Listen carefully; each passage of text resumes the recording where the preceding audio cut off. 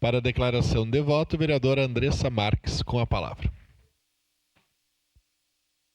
Senhor presidente, só 2 elementos que eu acabei esquecendo de falar e ouvindo os vereadores, e que momento bonito. Nós sabemos que temos muitas diferenças nessa casa entre os vereadores e vereadoras, mas sabia que esse tipo de projeto nos traria unidade por todos percebermos, né, as necessidades, as demandas que nós temos quando a gente fala, né, das mães atípicas e de toda essa questão que o autismo tem nos trazido como para discutir. Eu queria falar, assim, primeiro sobre a questão do trabalho, né? Hoje de noite, inclusive, eu sei que a associação estará presente aqui no debate sobre a questão do trabalho e as mulheres, né? As mulheres que são mães.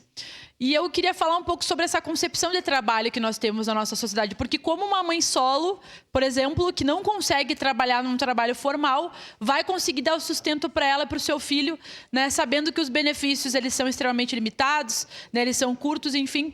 Muitas vezes as mulheres acabam recorrendo a outras coisas, né, como, por exemplo, o trabalho informal, né, a questão do empreendedorismo.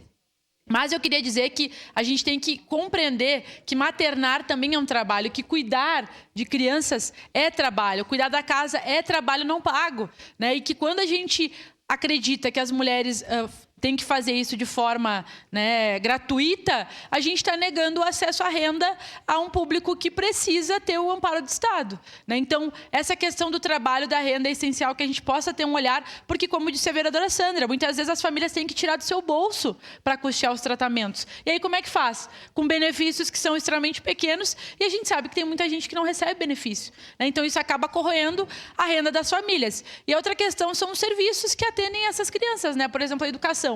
Se nós tivéssemos educação de tempo integral com profissionais preparados para atender, e isso é uma pauta nossa, sei que é uma pauta de vários outros vereadores e vereadoras. Vejo aqui a Stephanie, que representa a deputada Denise, que também defende isso. Então, a gente precisa sair, né, do lugar comum que a gente está acostumado e pensar em outras alternativas, porque não dá mais para a gente sobrecarregar as mães, né, e sim, nós precisamos agir e ter ações efetivas. Por isso, senhor presidente, obviamente, votarei sim.